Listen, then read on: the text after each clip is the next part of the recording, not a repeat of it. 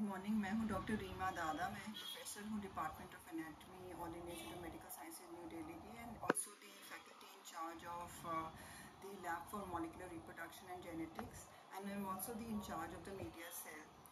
And मैं आपको आज बताऊंगी जो रूमेटॉइड आर्थराइटिस है, जो एक chronic progressive severe auto immune arthritis है और उसमें योगा का क्या रोल है।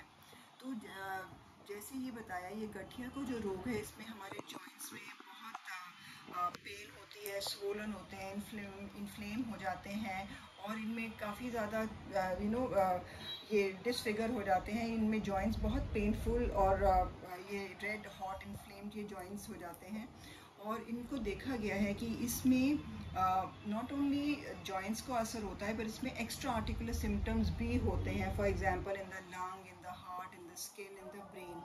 तो इन केसेस में देखा गया है कि इनमें बहुत इन्फ्लेमेटरी साइटोकाइंस के लेवल्स, इन्फ्लेमेशन के लेवल्स बहुत बढ़ जाते हैं और जब स्ट्रेस होता है तो ये प्रेसिपिटेट हो जाता है, इनमें रिलैप्सेस हो जाते हैं। सो हमारी स्टडीज़ ने देखा है कि जब हम योगा करते हैं तो इनमें जो इनके एक्यूट फेज रिएक्टेंट्स होते हैं जैसे ESR, CRP, उसकी मात्रा कम हो जाती है।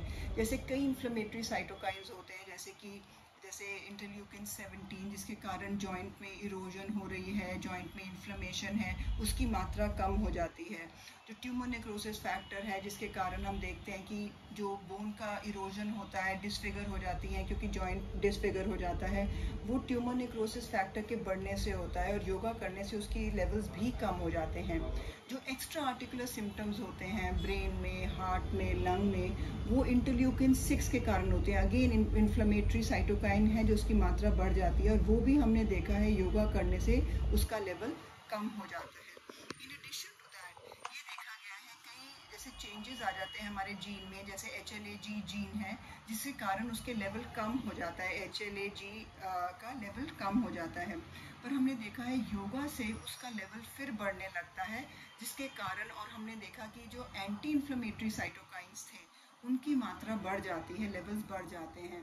तो इस कारण हमने देखा कि क्योंकि इन्फ्लेमेटरी साइटोकाइंस, ऑक्सीडेटिव स्ट्रेस की मात्रा कम हो जाती है और एंटी इन्फ्लेमेटरी साइटोकाइंस की मात्रा बढ़ जाती है, HLA-G लेवल्स की मात्रा बढ़ जाती है, तो योगा का इसमें बहुत इम्पॉर्टेंट रोल है। और हमने देखा कि इससे अगेन मॉलिक्यूलर रिमिशन आ जाती है और इम्यूनोलॉजिकल टॉलरेंस आ जाता है जिसके कारण इस डिजीज़ में बहुत सुधार देखा गया है व्यायाम करने से।